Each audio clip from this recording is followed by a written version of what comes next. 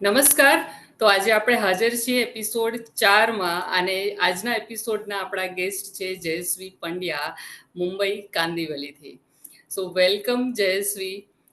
જયશ્રીબેન 23 વર્ષથી successfully married life જીવી રહ્યા છે અને આજે આપણે એમના થ્રુ, એમની સ્ટોરી થ્રુ ઘણું બધું લર્નિંગ લેવાનું છે અને આ લર્નિંગ માટે બેસ્ટ ઓપ્શન છે કે એ એમના મોઢે એમના વિશે, એમની જર્ની વિશે વાત કરે.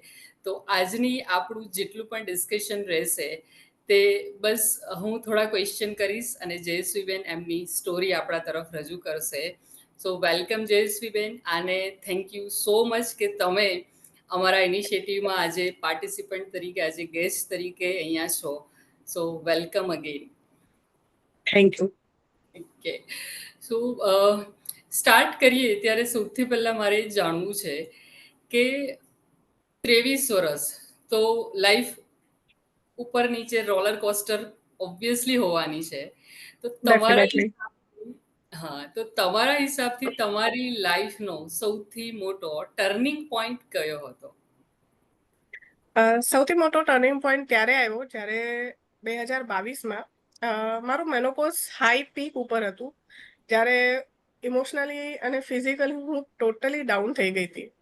અને એ સમયે બીજા બી ઘણા બધા રિસ્પોન્સિબિલિટીઝ ને એ બધું હતું. મારા ફાધર બીમાર હતા, તો ઓપ્શન નહોતો કે હું કોઈ રિસ્પોન્સિબિલિટી છોડી શકું. અને કોરોના જે 2 વર્ષ ગયો એટલે મારા હસબન્ડને બી ફાઇનાન્શિયલ ક્રાઇસિસ ઘણી આવી ગઈ. એટલે કોઈ ઓપ્શન નહોતો કે કોઈ જગ્યાએ તમે ઓલું સ્કીપ કરી શકો કોઈ વસ્તુ. અને એવા ડાઉન ટાઈમમાં એ જે લોએસ્ટ ફેઝ હતો ત્યારે, મતલબ ફર્સ્ટ ટાઈમ લાઈફમાં ઘણી બધી સ્ટ્રગલો 40 વર્ષ જોયા પછી પણ મને સાવ નેગેટિવ વિચારો આવવા માંડ્યા કે હું મારી લાઈફ સાથે કંઈ કરી તો નહીં નાખું. એટલે ફર્સ્ટ ટાઈમ જ્યારે મને એવું થયું, હું પોતાને બહુ સ્ટ્રોંગ સમજતી હતી એની પહેલા, પણ જ્યારે એ સમય આવ્યો ત્યારે મને એમ થયું કે નહીં, હવે મારે મારી ઉપર કામ કરવાની જરૂર છે.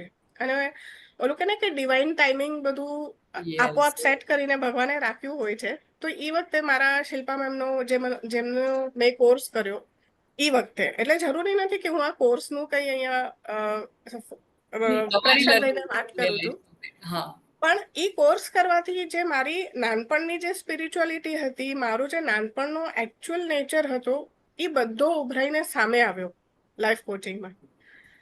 મેં મારી આખી જે ચાઇલ્ડહુડથી જે મારી પેટર્ન્સ ને બધું જે મેં નોટિસ કરી, અને ત્યારે એ કોર્સમાં જે મેં પોતાની જાતને કે ને કે અંતરમનમાં જે મેં ઝાંકીને જોયું, મેં પોતાની ઉપર જ્યારે કામ કર્યું, એ બહુ મોટો ટર્નિંગ પોઈન્ટ હતો. કે બસ એ પછીથી કોઈ પણ નેગેટિવ સિચ્યુએશન આવી છે તો મેં પાછળ વળીને અત્યારે હવે નથી જોયું છેલ્લા 3 વર્ષથી. એટલે એ પહેલા એમ હતું કે અરે બહુ ટેન્શન હોય લાઈફમાં કે અરે આ કેમ થશે, આપણે ફ્યુચરમાં શું થશે, છોકરો કેમ ભણશે, અથવા આ જવાબદારી કેમ પાર પડશે, આપણી હેલ્થનું શું થશે. એટલે 2022માં ઇન શોર્ટ હું કહું તો એવા ફેઝમાં હતી, મને એમ હતું કે હું 4-6 મહિનાથી વધારે જીવીશ નહીં. મતલબ હું લિટરલી એટલી ડાઉન સિચ્યુએશનમાં હતી. અને મારી દવાઓ બહુ ચાલતી હતી મેનોપોઝને લીધે. મારા બોડીએ રિએક્ટ કરી નાખ્યું ને અત્યારે હું છું એની કરતાં હું બહુ ફૂલી ગઈ હતી. ત્યારે મારું શરીર સોજી ગયું હતું, એ દવાઓનું રિએક્શન થઈ ગયું હતું. તો એ બહુ જ ખરાબ સમય હતો મારી તબિયત માટે. અને એ સમયે અમુક નેગેટિવ એક્સપિરિયન્સીસ બી એવા થઈ ગયા કે ત્યારે એમ થયું કે આપણી માટે આપણે જ સ્ટેન્ડ લેવું પડશે. આપણી માટે કોઈ સ્ટેન્ડ નથી લેવાનું, યુ જસ્ટ નીડ યુ. અને એ પછી મેં કોર્સનો ઓલું જ્યારે વેબિનાર અટેન્ડ કર્યું, અને પછી મેં ગુજરાતી ગૃહિણીઓના બી મેં એમાં જ્યારે અનુભવો સાંભળ્યા, ત્યારે મને એમ થયું કે ના, હું કરીશ જ હવે. અને ફાઇનાન્શિયલ હેલ્પ હું હસબન્ડ પાસે માંગુ એવી મારી સિચ્યુએશન નહોતી, પણ મેં મારા પોતાના દાગીનામાંથી બી હસબન્ડને ઘણા વર્ષો ઘણી મદદ કરી. તો પહેલી વખત એવું થયું કે લાવ હું એક વખત મારી પોતાની મદદ પોતાને કરી જોઉં. એટલે ત્યારે એ વખતે મેં ચેન્જ લીધો. And I am very proud of my self કે ના, મેં એ વખતે મારી મેન્ટલ અને ઇમોશનલ હેલ્થ ઉપર પણ ધ્યાન આપ્યું. અને એને લીધે મેં મારી ફિઝિકલ હેલ્થ ચેન્જ કરી લિટરલી. ઓકે, તો અહીંયા જ એક સૌથી મોટું એક્ઝામ્પલ છે કે જ્યારે પોતાના માટે જરૂર છે તો તમે એ ઇન્વેસ્ટમેન્ટ કર્યું અને આજે તમે તમારી જાતને લકી સમજો છો કે એ બહુ ફેઝ જ તમે નીકળી ગયા. તો એ ટ્રુ. તમે જે ડિસિઝન લીધું ત્યાર પછી અત્યારે કેવું ફીલ થાય છે તમને? અત્યારે મને એટલું પ્રાઉડ ફીલ થાય છે અને ખુશી થાય છે, અને હું પોતાની જાતને એકચ્યુઅલીમાં બ્લેસ્ડ સમજુ છું કે ઈશ્વરે હવે મને આ મોકો આપ્યો છે. તો આજે મેં જેમ પોતાની મદદ કરી, તો આજે તમારી સાથે હું જોડાઈ જ, એટલે કે આજે કદાચ કોક ગૃહિણીને બી મદદ થઈ જાય મારી વાત સાંભળીને. એકચ્યુઅલીમાં હું ઇન્ટ્રોવર્ટ નેચરની છું. મને બહુ મારી પર્સનલ વાતો શેર કરવી ગમતી નહોતી પહેલા, પણ હવે હું મારી બેનપણીઓને બી ઘણું બધું સમજાવતી ગઈ, બતાવતી ગઈ. આજે એ લોકોની લાઈફમાં બી એટલા ચેન્જીસ આવે છે, ત્યારે મને એમ થાય છે કે ના, હવે થોડું મારો સ્કોપ વધારવો જોઈએ. જો મારી વાત કરવાથી કોઈને પણ પ્રોત્સાહન મળે તો એમાં યસ, ખોટું શું છે? અને યસ. આજે ઘણી જ ગૃહિણીઓ ઘણી જ બધી જાતની તકલીફો નો સામનો કરતી હોય છે, અને એમને કોઈ હેલ્પ નથી હોતું, એમની પાસે કોઈ ઓપ્શન નથી હોતું, સોલ્યુશન નથી હોતું. તો યસ. કદાચ આપણે વાતચીત થકી એમને પોતાની લાઈફનું કોઈ સોલ્યુશન મળી જાય કદાચ. Yes, okay. તો જ્યારે તમારા લગ્ન થયા, આપણી વાત થઈ ત્યાં એ હિસાબે મને ખ્યાલ છે કે લગભગ 19 જ વર્ષની ઉંમરે તમારા લગ્ન થઈ ગયેલા હતા. હા. તો અને અત્યારે 23 વર્ષ તમે કમ્પ્લીટ કરી ચૂકેલા છો. તો સ્ટાર્ટિંગની લાઈફ તમારી કેવી હતી? અ, જવાબદારીઓનો થોડો ઓલો વધારે હતો, કારણ કે એટ ધી એજ ઓફ 20 મારો દીકરો પણ આવી ગયો હતો. ઓકે. મારા સાસુ સિઝોફ્રેનિયાના પેશન્ટ હતા, હા. અને મારો બાબો જ્યારે 1-1.5 વર્ષનો હતો ત્યારે મારા ફાધર ઇન લોને કેન્સર બી થઈ ગયું હતું. એટલે ઈ 2-2.5 વર્ષ મારા સાસુને સાચવવાના, ટોટલ 18 વર્ષ. અને હા. હું એકચ્યુઅલીમાં ત્યારે બી એમ જ સમજતી હતી ને આજે બી એમ જ સમજુ છું કે એમને સાચવવું એ મારી ફરજ હતી. મેં કઈ મહાન કામ નહોતું કર્યું. આ મારી રિસ્પોન્સિબિલિટી છે. અને મારા ચાઇલ્ડહુડ ટ્રોમા કદાચ જે હશે, જે બી નાનપણમાં જે મારી સાથે થયું, એને લીધે મને એમ હતું કે ના, રિસ્પોન્સિબિલિટી ફેમિલી માટે નિભાવવી અને ફેમિલીને પ્રાયોરિટીમાં રાખવી એ બહુ ઇમ્પોર્ટન્ટ છે. અને એને લીધે મેં ક્યારેય કોઈ રિસ્પોન્સિબિલિટીની ના નથી પાડી. અને મારા સાસુનું સિઝોફ્રેનિયા ખરેખર બહુ ક્રિટિકલ હતું, અને છેલ્લે 6-8 વર્ષ તો મતલબ એવું હતું કે અમે એમને એકલા મૂકીને સૂઈ બી નહોતા શકતા. એમને દિવસના 2 વારથી ઘણીવાર મેં 8 વાર એક જ દિવસમાં નવડાવ્યા છે. એક નાનું બાળક સાચવતા હોય 1-1.5 વર્ષનું, એ રીતે અમે એમને સાચવતા બી, ઘણીવાર ખીજાતા બી, કારણ કે ઘણીવાર એ દવાઓ ન લેતા, એમને પકડીને દવાઓ પરાણે હું ને મારા હસબન્ડ આપતા. તો એટલે બહુ લાંબા ઉતાર ચઢાવ હતા. અમને ઘણાએ સજેશન બી આપ્યું હતું, અમને ડોક્ટરે બી કીધું હતું કે તમે એમને ક્યાંક બીજે મૂકી દો, પણ અમારું મન નહોતું માનતું કે નહીં, આ વસ્તુ નહીં થઈ શકે. અને ફાઇનાન્શિયલી બી અમે એટલા સ્ટ્રોંગ નહોતા કે અમે એમને થોડા મહિના રાખીએ, ફરીથી બોલાવીએ, કે એવું કોઈ વધારે સુવિધા મળે એવું નહોતું. અને અમારી દાનત નહોતી કે એમને ક્યાંય બી એકલા મૂકી દઈએ. તો એટલે એ જે સમય તમે કહો છો આખો કે 18 વર્ષ તમે એમને સાચવ્યા કર્યા, તો એ જે ટાઈમ હતો એ ટાઈમમાં કોઈ વખત તો ગુસ્સો કે કઈ ફરિયાદ કે કઈ આવેલી હશે ને, કે અંદરથી ફ્રસ્ટ્રેશન, કે ઓબ્વિયસ છે વસ્તુ. તો એવું તમારી સાથે કઈ થયેલું હતું? હા, ચોક્કસ થયું. કારણ કે આપણે બી આફ્ટર ઓલ એક મનુષ્ય છીએ, અને બધાને ચડાવ ઉતારો હોય ઇમોશન્સના. તો અને એ વખતે 30-32ની ઉંમર પછી મારું મેનોપોઝના સિમ્ટમ્સ જે ચાલુ થઈ ગયા હતા, જે મને બહુ પછી ખબર પડી. એટલે એને લીધે મારું ઇમોશનલ ફ્લક્ચ્યુએશન બી બહુ વધી ગયું. કદાચ હું ડિપ્રેશનમાં ત્યારે 32-35 વર્ષની ઉંમરમાં આવવા માંડી હતી, જેની માટે હું પોતે અવેર નહોતી. હા, આજે મને ઘણું બધું, જ્યારે મેં જર્નલિંગ કર્યું, સ્ક્રિપ્ટિંગ કર્યું, જ્યારે હું સમજુ છું મારા ઇમોશન્સને, અને એ વખતના મારા બિહેવિયરને, એ વખતના મારા સાસુના બિહેવિયરને, કે એમની સાથે પણ આવું શું કામ થયું હશે. એટલે આજે હું અવેર છું કે આજે ગૃહિણીઓની મેન્ટલ અને ફિઝિકલ હેલ્થ માટે કંઈ જ થયું નથી એકચ્યુઅલીમાં કામ. ત્યારે મને એમ થાય છે કે ના, આ કામ કરવું બહુ જરૂરી છે. અને આ પાયો છે, આપણા સમાજનો પાયો છે, ગૃહિણીઓ. કારણ કે આજે એક નાના ડબ્બાથી ધોવાથી લઈને, મસાલા ભરવાથી લઈને, રસોઈથી લઈને બહુ જ ફાલતુ લાગતા કામો છે, પણ એ દિવસમાં હજારો કામ કરીને પણ એને કહેવામાં આવે છે કે તું કરે છે શું. યસ. અને એ જે દિલની આરપાર જ્યારે વયું જાય ને, એ શબ્દો પોતાના થકી બોલાયા હોય ત્યારે, એ પીડા ફક્ત એ ગૃહિણી જ સમજી શકે છે. અને આવા ઘણા જ બધા ફેસીસમાંથી હું ત્યારે પસાર થઈ, સાથે સાથે મારા સાસુને સાચવવાની સાથે. એટલે એ ફ્રસ્ટ્રેશન બહુ જોરદાર હતું. ઘણી બધી જગ્યાએ ઘણા બધા સંઘર્ષો ઉભા થઈ ગયા હતા, physically, mentally, economically, emotionally, socially. પણ એવું લાગે કે આ જે ફ્રસ્ટ્રેશનનું પીક આવે ને તે બહુ જરૂરી છે. અધરવાઇઝ કદાચ આપણે પોતાના પર કામ નહીં કરીએ, જેમ તમે બહાર નીકળવા માટેની જે ટ્રાય કરી, તમને કોર્સ મળ્યો, ત્યાર પછી તમે જે પોતાનામાં કામ કર્યું, સેલ્ફ ટ્રાન્સફોર્મેશન કર્યું, એના માટે આ ફ્રસ્ટ્રેશનનું પીક આવવું જરૂરી છે. શું કહો છો તમે? ડેફિનેટલી.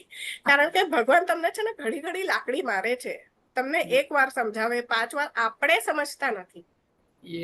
સિમ્પટમ્સ ઘણી બધી વખત હતા કે મારે જ્યારે બદલાવ કરવાની જીવનમાં જરૂર છે, મારા માઇન્ડસેટ ઉપર બદલાવ કરવાની જરૂર છે. જ્યાં હું લેટ ગો કરું છું ત્યાં નથી લેટ ગો કરવાનું. જ્યાં હું લેટ ગો નથી કરતી એ લેટ ગો કરી દેવાનું છે. અમુક આપણે કે ને કે ટોક્સિક સિચ્યુએશન, ટોક્સિક પીપલ આપણે પરાણે પકડીને રાખીએ. આપણે એકલા પડી જશું તો આપણે કોઈ આપણું વારે વારે ઘડી ગમે એટલું અપમાન કરે તો પણ આપણે એ લોકોને ઉત્તર નથી આપતા. એ લોકોને કે ને કે આપણે એમની જેમ બિહેવિયર કરીને સામે આઈનો નથી દેખાડતા. કારણ કે એવું કરીએ તો ખબર છે કે આ સંબંધો નહીં ટકે. તો એવી ભૂલો બી મેં કરી છે ઘણી વખત, અને મેં ઘણા બધા લોકો સાથે ઘણી બધી ભૂલો કરી છે. અને એમાં સૌથી વધારે જો મેં ભૂલ કરી હોય તો મારી તબિયત સાથે, અને એનાથી પણ વધારે મારા દીકરા સાથે. કારણ કે એને મેં જે સમય અને નરિશમેન્ટ આપવું જોઈતું હતું, એને જે સ્પિરિચ્યુઅલિટીનું ભાન મારે નાની ઉંમરમાં બિલ્ટઅપ કરવું જોઈતું હતું, એનો મને સમય જ નહોતો મળ્યો.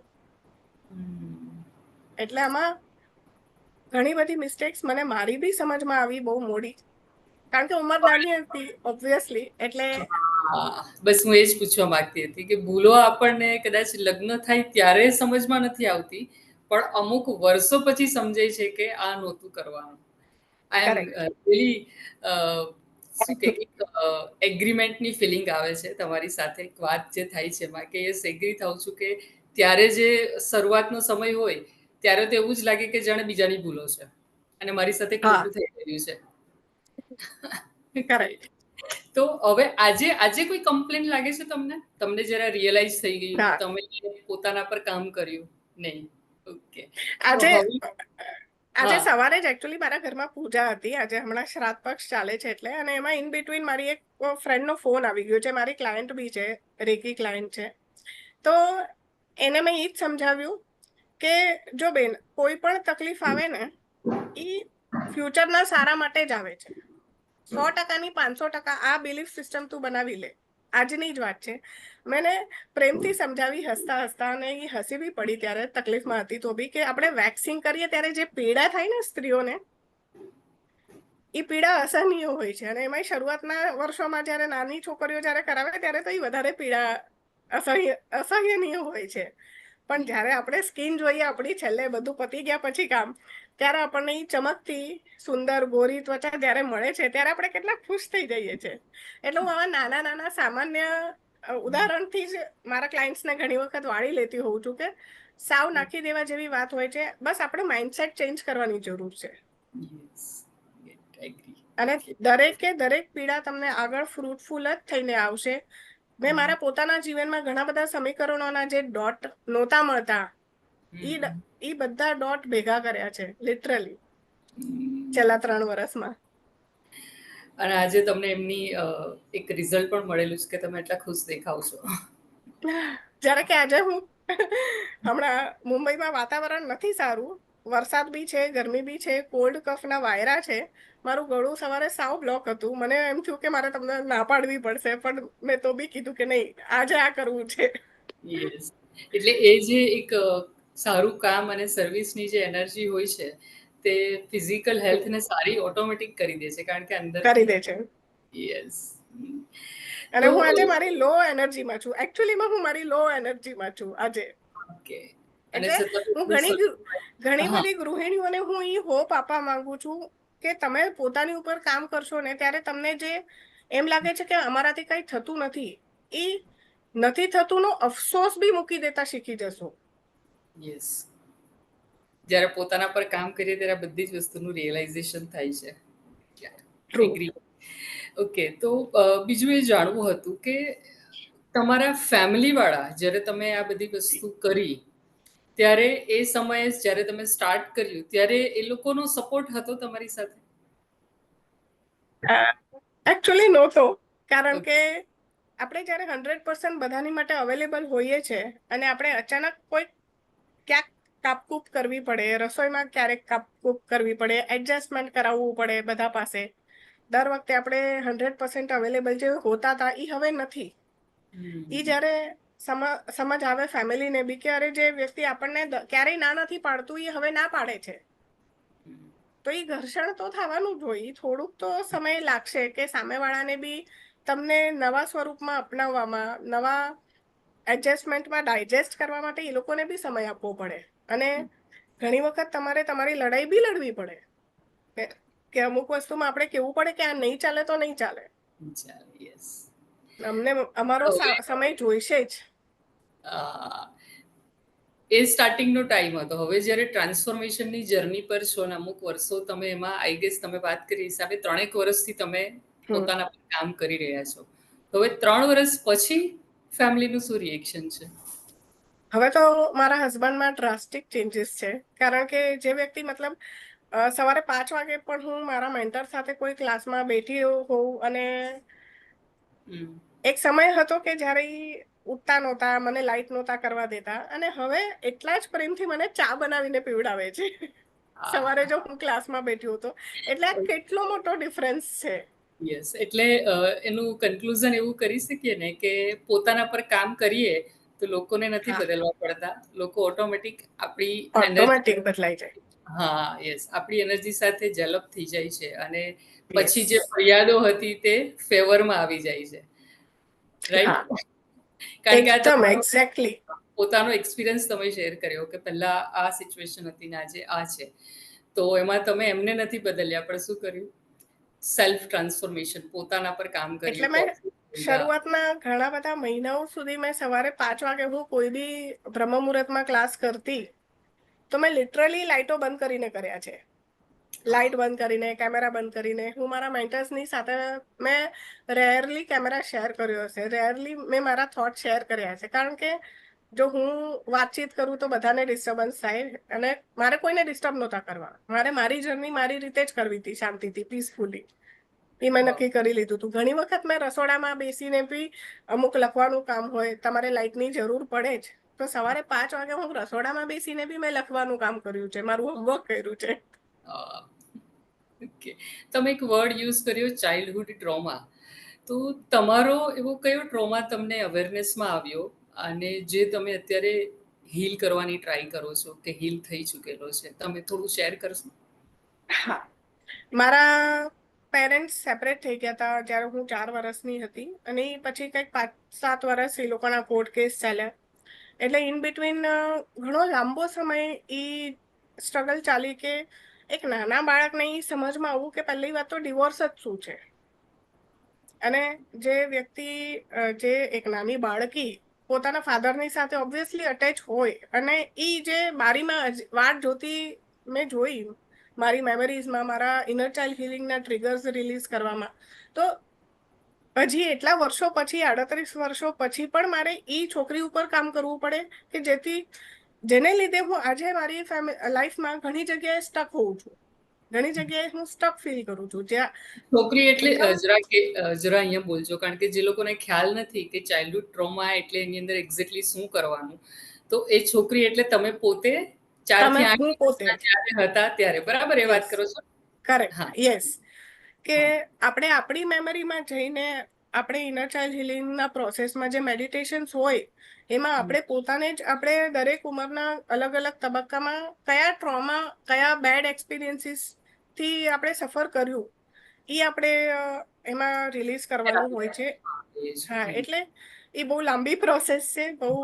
અને પણ ઘણા તમને બધા એ દિવસો. લીધા પછી તમે લીધા પછી તમને ફીલ થાય છે કે આજે એનું હીલિંગ થયું છે, એમાંથી તમે બહાર આવી શક્યા છો? ડેફિનેટલી, કારણ કે મને ઘણી બધી જગ્યાએ હું ક્યાં સ્ટક હતી એ જ હું વાત કહેવા જઈ રહી હતી, કે ઘણી બધી જગ્યાએ હું જ્યાં સ્ટક ફીલ કરતી હતી, અથવા મારા કામ અમુક નહોતા થતા મને એમ લાગે છે, તો એ એને લીધે, કારણ કે મારી 4 વર્ષની ઉંમરમાં એટલી બધી હોપ્સ બ્રોક થઈ ગઈ હતી કે મતલબ હજી બી હું ઇમોશનલ ફિલિંગ કરું છું, હજી બી મારું ફંબલ ચાલુ થઈ જાય જ્યારે હું એ બધો તબક્કો યાદ કરું છું. એ પછીના તબક્કામાં જ્યારે ફિઝિકલ અબ્યુઝમેન્ટ થયું અમારી સાથે, મેન્ટલ અબ્યુઝમેન્ટ થયું, ઇકોનોમિકલ અબ્યુઝમેન્ટ બી થયું, જે અમને ભણવું હતું એમાં અમને સરખો સપોર્ટ ના મળ્યો. એટલે ઘણું જ બધું એમાં ટ્રોમામાં ભેગું કરેલું છે, જે હું અહીંયા 5 મિનિટમાં શેર ન કરી શકું, કારણ કે બહુ જ લાંબો તબક્કો રહ્યો. બટ કન્ક્લુઝન એ આપી શકાય ને, એક સમરી એવી આપી શકાય કે તમે એ ટ્રોમા પર કામ કર્યું એ છેલ્લા 3 વર્ષથી કરો છો, અને કદાચ એ જર્ની હજુ પણ ચાલુ રહેશે. હજી લાંબી ચાલશે. હા, લાંબી ચાલશે, પણ એના બેનિફિટ્સ છે. હા, એક વાત છે કે એમાં હું અવેર થતી ગઈ. હવે જ્યારે મારા ઇમોશનલ અપડાઉન્સ થાય, મને કોઈની ઉપર ગુસ્સો આવે અથવા મને કોઈ ન ગમે એવી વાત થાય, મને જ્યારે અમુક ટ્રિગર્સ થાય, સપોઝ દીકરાની સાથે જ એક એક્ઝામ્પલ આપું છું કે દીકરાની સાથે જ આપણે કંઈક નાનકડી વાતમાં આપણે બાધી પડ્યા હોઈએ, પછી આપણને એમ થાય કે ના, આ અમુક વસ્તુ અંદરના કોન્ફ્લિક્ટ છે ને એ સામે આવી રહ્યા છે. ઇન્ટરનલ કોન્ફ્લિક્ટ, હા, ઇન્ટરનલ કોન્ફ્લિક્ટ જે આપણા હોય માઇન્ડમાં, બોડીમાં, સોલમાં, એ જ આપણી સામે આવીને ઉભા રહે. એટલે એ અવેરનેસ વધી તમે જ્યારે આ જર્ની સ્ટાર્ટ કરી પોતાને બદલવાની, અને જ્યારે ખાલી પોતાના પર ફોકસ કરીએ, બીકોઝ પહેલા આપણે બીજાના પર ફોકસ કરતા હોઈએ, એની ફરિયાદો, એનામાં શું વાંધો છે, ત્યારે આ અવેરનેસ આવતી નથી, જે અત્યારે તમે કમ્પેરિઝન કરી શકો છો કે પોતાના ટ્રિગરની અસર બાળકો પર આવે છે. 100% આવે છે. યસ. તો ખરેખર કોંગ્રેચ્યુલેશન કે તમે પોતાના પર કામ કર્યા, અને તમે લકી છો કે તમને એ દિશા મળી. કોઈ જગ્યા પર જ્યારે તમે એક વખત એક ઇન્ટેન્શન બનાવ્યું હશે કે મારે હવે આમાંથી નીકળવું છે, અને નીકળવાનું ઇન્ટેન્શન બને એટલે યુનિવર્સ હેલ્પ કરે છે, એવું કહી શકાય. હા, કહી શકાય, કારણ કે હું 25 વર્ષથી હું રેકી માટે ઘણું બધું સાંભળી ચૂકી હતી, રેકી હીલિંગ માટે. પણ અચાનક એવા સંજોગો થયા કે 2022ના એન્ડમાં મેં પોતે રેકી હીલિંગ લીધી પણ, અને રેકી શીખવાનું પણ પછી ચાલુ કર્યું. અને એ રેકી હીલિંગમાં મારો ડ્રાસ્ટિક, હું પોતાના જ પર્સનલ એક્સપિરિયન્સ શેર કરીશ, જ્યાં હું 100% કન્વિક્શન સાથે હું કોઈને સમજાવી શકું કે મારું 8 વર્ષથી સ્પોન્ડિલાઇટિસ ઠીક નહોતું થતું. કેટલી બી દવાઓ કરાવો, કેટલું બી ફિઝિયોથેરાપી કરાવો, એ સ્પોન્ડિલાઇટિસ રેકી હિલિંગમાં મેં કંઈક બીજા ઇન્ટેન્શન સાથે રેકી હિલિંગ શીખવાનું ચાલુ કર્યું, પણ આ સ્પોન્ડિલાઇટિસ ઠીક થઈ ગયું એમાં. અને આ એટલું મોટું અચીવમેન્ટ હતું. હું 8 વર્ષથી સૂતી નહોતી ડાબા પડખે, જે આયુર્વેદની દ્રષ્ટિએ જરૂરી હોય છે કે ડાબા પડખે સૂવું જોઈએ, પણ હું નહોતી સૂઈ શકતી. એટલે એના બી ગિલ્ટ મારામાં ચાલતા હતા કે અરે મારું ડાયજેશન તો ગયું. એટલે આપણે શીખવા જવામાં કોઈ રોંગ બિલીફ સિસ્ટમમાં પણ જતા રહેતા હોઈએ છીએ. હા, અને રેકી હિલિંગમાં મને એવું થયું કે એની સાથે સાથે મને ચશ્માના નંબરને લીધે કંઈક હેડેક અમુક મહિના રહ્યો, એ બી ઠીક થવા માંડ્યો.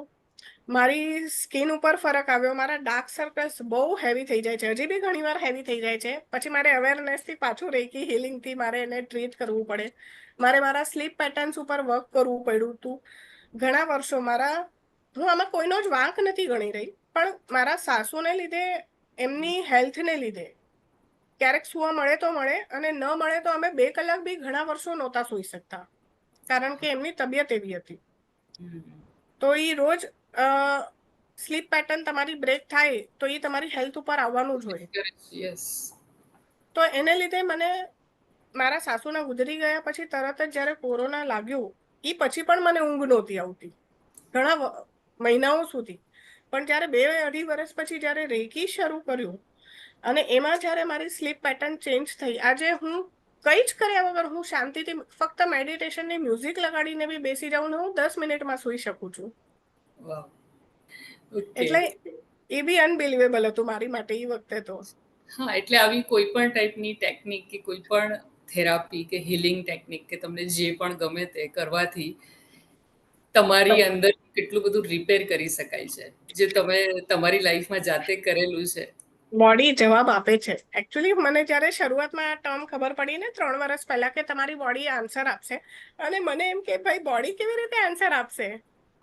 પણ જ્યારે એ અનુભવમાંથી પસાર થાવ ને ત્યારે ખબર પડે કે ના, બોડી જવાબ આપે છે. દરેક ઓર્ગન તમને કંઈક સિમ્ટમ્સ આપે છે અને ઘણા વર્ષોથી આપે છે. યસ. અને પણ તમે આપણે અવેર નથી કે એ સમજી હા, શકીએ. નહીં સમજીએ. પણ લકીલી તમે પાથ પર આવી ગયા, હીલ કર્યું અને આજે અહીંયા બધાને શેર કરી રહ્યા છો. સો વિશ કરું કે જેટલા પણ આવા લોકો હોય જ્યાં તકલીફમાંથી જાય છે ને કદાચ આ પોડકાસ્ટ સાંભળે અને એ પણ અવેરનેસમાં આવે, તો આપણા તરફથી એમને બેસ્ટ વિશિસ કે એ પણ પોતાની જર્ની. હું પોતાને વધારે બ્લેસ્ડ ફીલ કરીશ જો મારે લીધે કોઈની લાઈફ 5 બી સ્ત્રીઓ આવીને એમ કહી જાય કે ભાઈ તમે તમારા આ બોલવાથી અમે આ વસ્તુ શીખ્યા, સ્ટાર્ટ કરી. યસ. તો એની માટે હું પોતાને બ્લેસ સમજીશ. અને હવે હું મતલબ ઘણા બધા દ્રષ્ટિકોણથી આગળ વધી ગઈ જ્યારે જીવનમાં. ભલે કોઈને લોકો આજે સમાજ એવો છે કે તમારા બેંક બેલેન્સથી, તમારા લેવિશ ઘરથી, તમારી ગાડીથી તમને જજ કરતું હોય, પણ એ ઇન્ટરનલ હેપીનેસ અને ઇન્ટરનલ રિચનેસ તમારી ક્યાં છે એ ફક્ત અને ફક્ત અમુક જ લોકોને ખબર પડશે. હા, અને એ હવે તમારા જેવા જે લોકો હશે એને જ ખ્યાલ આવશે. જ્યાં અને હા, હવે હું એ સ્ટેજ ઉપર બી પહોંચી ગઈ કે હું એમ જ વિચારું છું કે હું કાંઈ જ નથી કરી રહી, બધું ઉપરવાળા કરાવી રહ્યા છે. એટલે હા, હું નવા પ્લાન્સ બનાવું બી ને ઘણા પ્લાન્સ કેન્સલ બી થઈ જાય તો હું નથી એનો અફસોસ કરતી કે ભાઈ ભગવાનને નહીં કરાવવું હોય અથવા કંઈક વધારે સારું કરાવવું હશે. યસ. એ પોઝિટિવ આખું થોટ પ્રોસેસ થઈ જાય, ચેન્જ થઈ ગયું છે. ઓકે. ડેફિનેટલી. તો હવે આ બધું શીખ્યા પછી આજે તમારું ડેઈલી રૂટીન કઈ ટાઈપનું છે? તમે રોજે શું કરો છો? આજે બી મારું ડેઈલી રૂટીન ઘણું ફ્લક્ચ્યુએટિંગ હોય છે, કારણ કે ફેમિલીને ઓલું કે ને કે આપણો બેઝ વેલ્યુ જ્યારે ફેમિલી હોય તો ફેમિલી જ પ્રાયોરિટીમાં હોય. એટલે મારો બાબો જ્યારે 9 વાગે જાય હું એને આરામથી ઉઠાડું, એને કોઈને ડિસ્ટર્બ ન કરું, અને હું સવારે 5 વાગે ઉઠીને મારું કામ કરીને હું ફરીથી સૂઈ બી જાઉં. એમ નથી કે ચલો હું ઉઠું છું તો તમારે બી ઉઠવાનું છે, ઓકે. કારણ કે બધાની પોતાની જર્ની અલગ છે. હું એને કહું કે બ્રહ્મ મુહૂર્તમાં ઉઠવું જોઈએ, હા. પણ એ નથી ઉઠતો તો એનો મને અફસોસ નથી કે એનો સમય આવશે ત્યારે એ એની મેળે કરશે.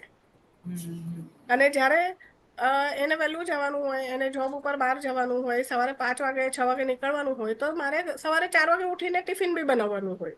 એટલે મારું અત્યારનું રૂટીન ઘણું ફ્લક્ચ્યુએટિંગ છે એના હિસાબ પ્રમાણે. એટલે એ જ્યારે એમાંથી મારે સમય કાઢવો પડે મારી પોતાની માટે, નીકળતો નથી સમય, કોઈની બી માટે નીકળતો નથી. અને ઘણા બધા કામ હું જતા બી કરી દઉં છું, જે પહેલા હું ઘણા બધા કામ કરી શકતી હતી. અને હું મારી પોતાની બોડીને હવે સમજુ છું કે અમુક હેલ્થ ઇશ્યુઝ જે મને થઈ ગયા એમાં મારે ક્યાં કેર કરવાની જરૂર છે. ઓકે. એટલે હું સાફ સફાઈને એને મહત્વ એટલું જ હવે આપું છું કે જે હાઇજીનની દ્રષ્ટિએ, આપણા સ્વાસ્થ્યની દ્રષ્ટિએ જેટલું જરૂરી હોય, બાકી કોઈને શું દેખાય છે, કોઈને મારા ઘરમાં જો બાવા લટકતા દેખાય છે એનાથી મને પ્રોબ્લેમ નથી, મારા ઘરનાનો પ્રોબ્લેમ નથી, તો મને કોઈને દેખાડવાનો શોખ નથી. કારણ કે આપણે ગૃહિણીઓની આદત હોય છે વર્ષોથી કે ભાઈ આપણું ઘર આવે, કોઈ બી અચાનક આવ્યું હોય તો આપણું ઘર ચકાચક દેખાવું જોઈએ. અને એ કોશિશ હું કરી ચૂકી હતી. પ્રેશર આપે છે પછી હા, પોતાને. પણ એ હજાર હા. વસ્તુ કરશો ને તમારા વાઘ 2 માં કડાશે ને કડાશે. આ દરેક ગૃહિણી સાથે થાય છે, યસ. મારી સાથે થયું છે એવું નથી. હા, અને તમે એમાંથી આજે બહાર નીકળી ગયેલા છો. હા, ડેફિનેટલી. ઓકે. તમારો મેડિટેશન વિશેનો થોડો અનુભવ શેર કરશો કે તમે હવે લગભગ 3 વર્ષથી આ વસ્તુ કરો છો, તો હા, એક્ઝેક્ટલી મેડિટેશનથી તમને શું ફાયદો લાગે છે? મેડિટેશનથી હું ઇન્ટરનલ જે કામનેસ છે, પીસફુલનેસ છે, એ ઘણી સ્ટાર્ટ થઈ ગઈ છે હવે. ગમે એટલા કોન્ફ્લિક્ટ્સ બહાર થતા હોય જીવનમાં, પણ મને ખબર છે કે હું આમાંથી બહાર નીકળી જઈશ. ભગવાન રસ્તો દેખાડશે. અને આમ જોવા જઈએ તો એ બધું મેં જોયું તું નાનપણથી. મારા નાના સ્વાધ્યાયી હતા, એ યોગમાં, પ્રાણાયામમાં, મેડિટેશનમાં, એ બધામાં બહુ ડીપ હતા. અને મેં એમને કરતા નાનપણથી જોયા હતા. એટલે આ બધી વસ્તુની થોડી બહુ મને અવેરનેસ તો નાનપણથી હતી જ. ને પ્લસ અમે બાળ સંસ્કાર કેન્દ્રમાં જતા. અમે મોટા થયા ત્યારે સ્વાધ્યાય કેન્દ્રમાં યુવાનો માટે ડીબીટી હોય, ડિવાઇન બ્રેઇન ટ્રસ્ટ, હું એમાં બી જતી. એટલે અમારી સ્પિરિચ્યુઅલ જર્ની બહુ સરસ રહી છે. બાળપણમાં મારો બેઝ બહુ સ્ટ્રોંગ હતો. એટલે ભગવદ્ ગીતાના મને બધા 18 અધ્યાય મોઢે હતા 7-8 વર્ષની ઉંમરે બાળ સંસ્કાર કેન્દ્રમાં.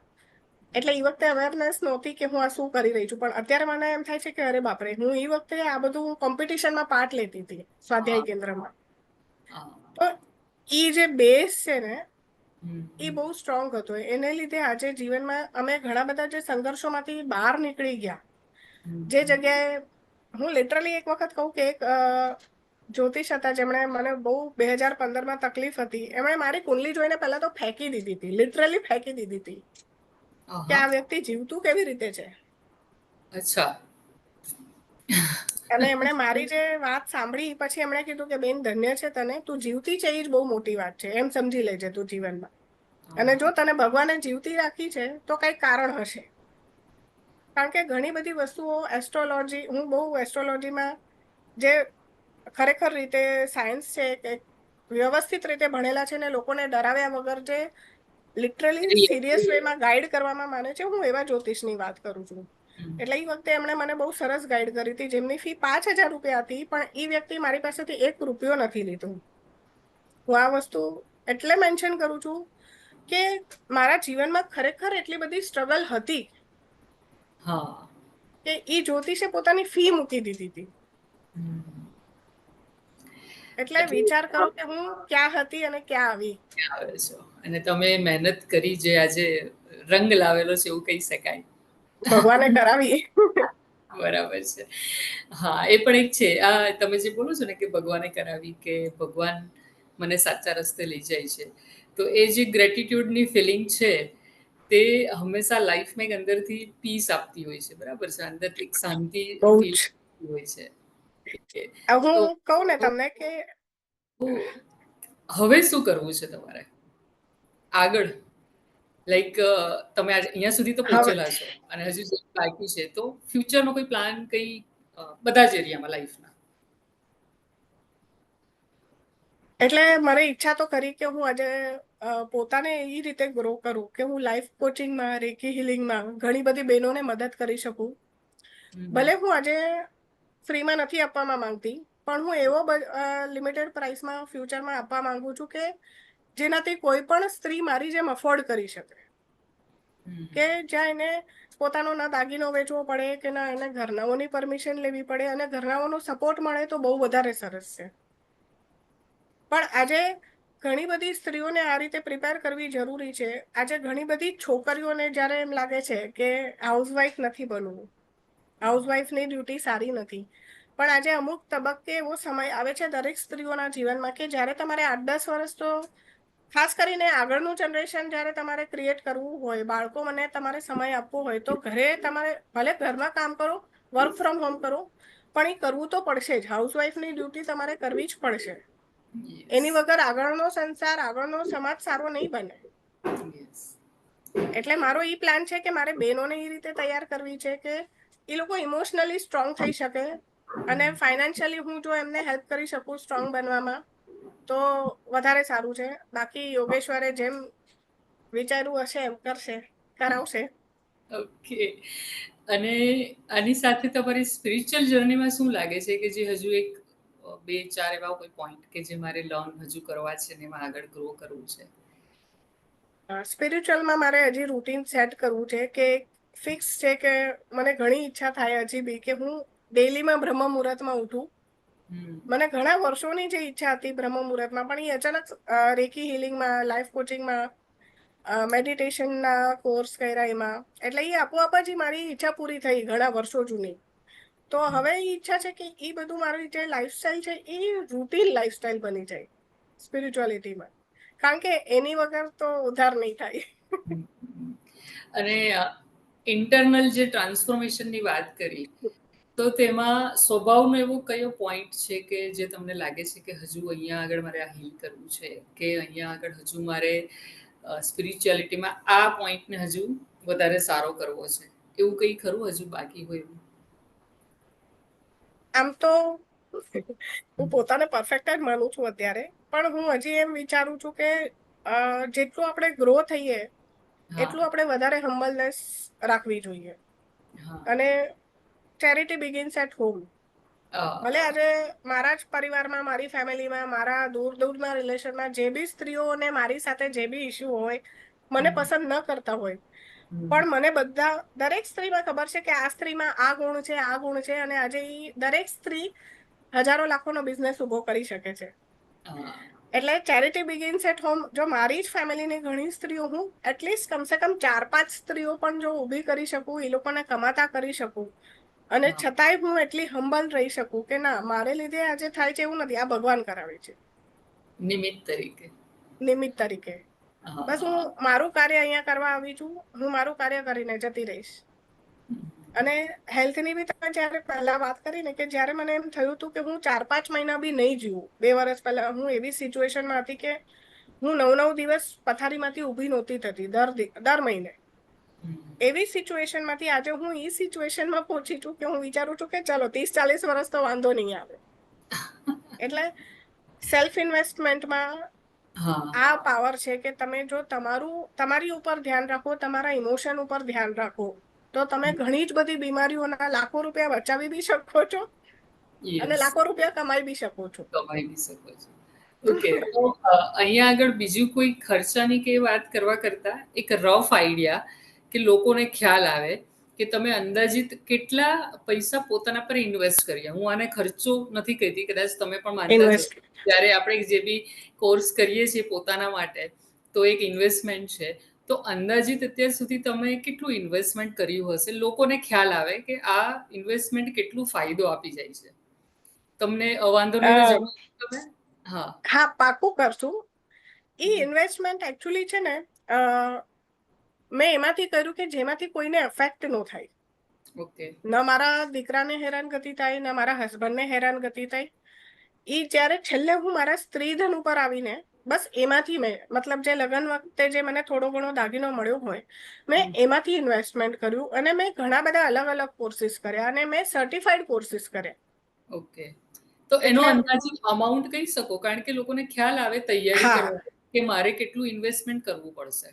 એટલે 2-2.5 લાખ જેટલું તો મેં 3 વર્ષમાં અલગ અલગ રીતે, અને હું સામે થોડું થોડું અર્ન બી કરતી ગઈ, એટલે અર્ન કરીને બી જરાક ઇન્વેસ્ટ કરતી ગઈ. એટલે એમ નથી કે એક સાથે મોટું મેં ઓલું કર્યું, મેં નાનું શરૂ કર્યું. ડ્યુરેશનમાં તમે આટલું કર્યું છે. કરેક્ટ. તો આ ક્વેશ્ચન બસ પૂછવા પાછળ એટલું જ કે લોકોને ખ્યાલ આવે કે આપણે આખી લાઈફમાં પોતાના પર ઘણા બધા ખર્ચા કરતા હોય છે, જે ક્યારેય પાછું ઇન્કમ તરીકે નથી આવતું, પણ આ એક એવું ખર્ચો છે જેને તમે ઇન્વેસ્ટમેન્ટ ગણી શકો છો. અને એ 2-2.5 લાખ કે પછી 5 લાખ જ્યારે પણ આપણે ઇન્વેસ્ટ કરીએ, તે આખી લાઈફ ચેન્જ કરે છે. અને પછી જેમ તમે અર્નિંગ ચાલુ કરી, એ કદાચ એનાથી 10 ગણું પાછું આપણને કમાઈને પણ આપે છે. કમાઈને પણ આપશે. અને સાચું કહું તો મારા જે ડોક્ટરના ખર્ચા જે દર મહિને એટલા બધા થતા હતા, મારી શરીરમાં જે કેમિકલની દવાઓ એટલી બધી જાતી હતી, સાવ 5% પર આવી ગઈ, સાવ 5% ઉપર આવી ગઈ. મતલબ 95% મારું અમાઉન્ટ તો દવાખાનાનો જ બચી ગયો. હવે આનાથી વધારે તમારી માટે શું જોઈએ છે જીવનમાં? અને આ વસ્તુ મારા હસબન્ડને નોટિસ થાય હવે 2-2.5 વર્ષે, ત્યારે એને કેલ્ક્યુલેશન થાય કે પહેલા તો અમારા દર મહિને ફિઝિયોથેરાપીમાં જ 8-10 હજાર વયા જતા હતા. તો તમે એ હિસાબ માનો, એની સામે તો તમને આ કાંઈ જ નહીં લાગે. બરાબર છે. Thank you so much. આ જે પોઈન્ટ તમે શેર કર્યો ને, કે અહીંયા આગળ આ ખર્ચો બચી ગયો ને એટલા પૈસા આપણે ઇન્વેસ્ટ કર્યા, તો આ વસ્તુનો જે ફાયદો થશે ને, એટલે જે બી સાંભળશે, કદાચ ફર્સ્ટ ટાઈમ સાંભળશે, કે જેમને ખ્યાલ નથી, એમને અંદાજ આવશે કે મારે ક્યાં ઇન્વેસ્ટમેન્ટ કરવું જોઈએ. અને ઘણી બધી વખત એવું થાય કે ડૉક્ટર્સને આપણે જે ફીસ આપીએ છીએ, બહુ બધી જગ્યાએ ડેફિનેટલી જવું જ પડે છે ડૉક્ટર પાસે, અને એનાથી બેનિફિટ થતા જ હોય છે. પણ કોઈ વખત એવું થાય કે જ્યારે ડૉક્ટર પણ એવું કહી દે છે કે ભાઈ હવે આવી જ રીતે જીવવાનું છે, અને એટલા બધા પૈસા તમે એમાં ઓલરેડી નાખી જ ચૂકેલા, અને પછી જો આવી કોઈ જર્ની પર આવો, તો ત્યારે એમ થાય ને કે મેં કેટલું સારું ઇન્વેસ્ટમેન્ટ કર્યું. જે પહેલા ખર્ચાઓ તો ગયા તે ગયા, હવે કંઈ જ નથી આવવાનું. કારણ કે મેં ઘણા એવા લોકોને સાંભળેલા છે કે ડૉક્ટર એવું કહી દીધેલું હોય કે હવે તમારે આ જ રીતે જીવવાનું છે, પણ સ્પિરિચ્યુઆલિટીના અંદર એ જર્નીમાં એ લોકોને એ જે ઇન્વેસ્ટમેન્ટથી બેનિફિટ થયો છે કે હેલ્થ સારી થઈ, અને પ્લસ આખી લાઈફ પણ સારી થઈ. અને એનું બેસ્ટ એક એક્ઝામ્પલ તમે પોતે છો મારી સામે, જે બીજા લોકોને તમે સાંભળેલા છે મને ખબર છે, પણ આજે જ્યારે તમને પણ સાંભળ્યા અને આ પોડકાસ્ટ જ્યારે લોકો જોશે ત્યારે એમને પણ ખ્યાલ આવશે કે આ રિયાલિટી છે. ને થઈ હું શકે ઘણી ગૃહિણીઓને એ બી કહીશ કે આજે તમે સિરિયલોમાં એટલા ટાઈમ જુઓ, હું ના નથી પાડતી, પણ આજે સિરિયલો છે, પ્રોગ્રામ છે, એ તમારું માઇન્ડ પ્રોગ્રામ જ કરી રહ્યું છે લિટરલી. આજે મોંઘા કપડાં, મોંઘા દાગીના, મોંઘા પડદા, લેવિશ હાઈફાઈ ઘર, સાસ બહુનો ડ્રામા, આ અથવા ઘણી સ્ત્રીઓ કહેતી હોય કે અમે ફક્ત ભગવાનની સિરિયલો જોઈએ છે, પણ આજે એમાં બી કેટલો બધો આડંબર અને વેવલાપણું છે. આજે તમે શું મગજમાં નાખી રહ્યા છો એ તમારું પોતે નક્કી કરવાનું છે. અને કદાચ હું છે ને ઘણા વર્ષોથી મેં કોઈ પણ સિરિયલ 2 મહિનાથી વધારે નથી જોઈ, કારણ કે મારામાં એ પેશન્સ જ નહોતી રહેતી. મને મારી બેનપણીઓ બી કહેતી કે તારામાં નોર્મલ હાઉસવાઈફ ના કોઈ ગુણ નથી, તું બહુ બગડેલી છે, કારણ કે તું સિરિયલ નથી જોતી, અમારી સાથે સિરિયલની ચર્ચા નથી કરતી. પણ મને નથી ગમતું, કારણ કે મારું તમે આ બધી વસ્તુની ઇફેક્ટ સમજતા થઈ જાઓ ત્યાર પછી કદાચ એ ગમવાનું ઓછું જ થઈ જાય, એ એનર્જી જ મેચ નહીં થાય. હવે હું સમજી શકું છું, કારણ કે એટલે તમારું ઇન્સ્ટાગ્રામનું બી એકાઉન્ટમાં જો એટલે બધા બહેનો છે, એમાંથી જો 50% બી જોવે અને એ સમજે કે આપણે ગ્રહણ શું કરી રહ્યા છે, આપણે આપણા માઇન્ડને શું નરિશમેન્ટ આપી રહ્યા છે, કયું ફૂડ ખવડાવી રહ્યા છે, જંક ફૂડ ખવડાવી રહ્યા છે માઇન્ડને કે પછી આપણે સાત્વિક ફૂડ ખવડાવી રહ્યા છે. આજે હું એમ નથી કહેતી કે મેં એટલું ઇન્વેસ્ટમેન્ટ કર્યું તો તમે બી કરો તો જ તમારું જીવન સારું થશે, એવું નથી. તમે વગર પૈસે પણ ઘણી સ્ત્રીઓએ સારું કરીને બતાવ્યું છે. એટલીસ્ટ પોતાની લાઈફમાં તો તમે ટ્રાન્સફોર્મ કરી જ શકો છો. ફ્રી એજ્યુકેશન અવેલેબલ છે સોશિયલ મીડિયા પર. ડેફિનેટલી. એટલે તમે ગ્રહણ શું કરો છો એ ચોઈસ કરવાની છે માત્ર. બરાબર છે, સાચી વાત છે. તો જયશ્રી પંડ્યા, તમારી સાથે વાત કરીને ખરેખર તમારી જે રિયલ ટ્રાન્સફોર્મેશન છે એ જાણીને આનંદ થાય છે, ખુશી થાય છે. અને બસ આ જ એક પર્પઝ છે કે જ્યારે આવા ગેસ્ટ આવે જે રિયલ લાઈફ જર્ની પોતાની શેર કરે અને લોકો એને સાંભળીને એમાંથી પોતાની લાઈફમાં કંઈક ને કંઈક અપ્લાય કરી શકે. અને થેન્ક યુ સો મચ એ પર્પઝમાં સાથ આપવા માટે, અહીંયા હાજર રહેવા માટે. અને બેસ્ટ વિસીસ જે લોકો અહીંયાથી આ પોડકાસ્ટ જોશે એમના તરફથી, મારા તરફથી. અને બસ આ જ રીતે તમે તમારી હેપીનેસમાં રહો, એન્જોય કરો, તમારું નોલેજને સ્પ્રેડ કરો, એવા વિસીસ સાથે આપણો આ થેન્ક યુ પોડકાસ્ટ. તમને બી કે તમે એકચ્યુઅલીમાં ગૃહિણીઓને આ ચાન્સ આપ્યો. આપણા ગ્રુપમાં બી જે ગૃહિણીઓ હોય, બધા કહેતા હતા કે જ્યારે આપણે મળ્યા પહેલી વાર ત્યારે એ લોકોએ બી કીધું, ત્યારે મને ખરેખર એકચ્યુઅલીમાં અંદરથી દુઃખ થયું કે ગૃહિણીઓએ કીધું કે અમે એવું કાંઈ નથી અચીવ કર્યું કે જેનાથી અમારા પોડકાસ્ટ આવે. મારી 2-3 બેનપણીઓને બી મેં કીધું આમાં જોઈન થાવ, પણ એમણે બી એમ કહી દીધું કે ના, અમે એવું કાંઈ અચીવ નથી કર્યું કે જેનાથી અમારા પોડકાસ્ટ બને. પણ એકચ્યુઅલી હું દરેક ગૃહિણીને, દરેક બહેનોને આ મેસેજ આપવા માંગુ છું કે તમે દરેકે દરેક બહુ પ્રેશિયસ છો. આજે તમે દરેક કુટુંબનો પાયો છો. આજે તમારા ઉપર ઊભા રહીને દરેક પુરુષ હોય કે દરેક બાળકો હોય, સાસુ સસરા હોય, એ બધું સચવાઈ જતું હોય છે. અને તમે પોતાને મામૂલી ગણો એ ત્યારે ખબર પડે છે જ્યારે એ ગૃહિણી એ ઘરમાં હાજર નહીં હોય, કશે ગયેલી હોય. 100% આખું ઘર ધરાશાયી થઈ જાય છે. અને મેં જોયું છે આ નજરે કે બાળકોના લગ્ન નથી થતા કે જે ઘરમાં એક માં નથી હોતી. અરે 2 દિવસ માટે પણ કદાચ કશે જાય તો પણ પ્રોબ્લેમ થઈ જતી હોય છે. તો પણ પ્રોબ્લેમ થાય છે. બરાબર છે. તો એ એક્ઝામ્પલ પરથી પણ એ લોકો સમજી શકે છે કે અમે બહુ જ ઇમ્પોર્ટન્ટ છીએ. અને પોતાનું ઇમ્પોર્ટન્સ આપવા માટે પણ અહીંયા રજિસ્ટ્રેશન કરાવો, આ પોડકાસ્ટમાં એઝ અ ગેસ્ટ આવો, તમારી પોતાની જર્ની શેર કરો અને એક પ્રાઉડ ફીલ કરો કે યસ, આઈ એમ વર્ધી. યસ, ડેફિનેટલી થાઉં છું એટલે જ હું આ વસ્તુ બોલી કે યસ, તમે આ રીતે પોતાની વર્થને સમજો અને અહીંયા આવો. અને બસ આ જ રીતે જેમ જયશ્રીબેનને બધાએ સાંભળ્યા એમ તમને પણ સાંભળે. Right? Thank you so much મને બોલાવવા માટે. અને થેન્ક યુ તમે અહીંયા આવ્યા એના માટે. સો બસ ફરીથી મળીશું એપિસોડ 5 સાથે. ત્યાં સુધી ગુડ બાય.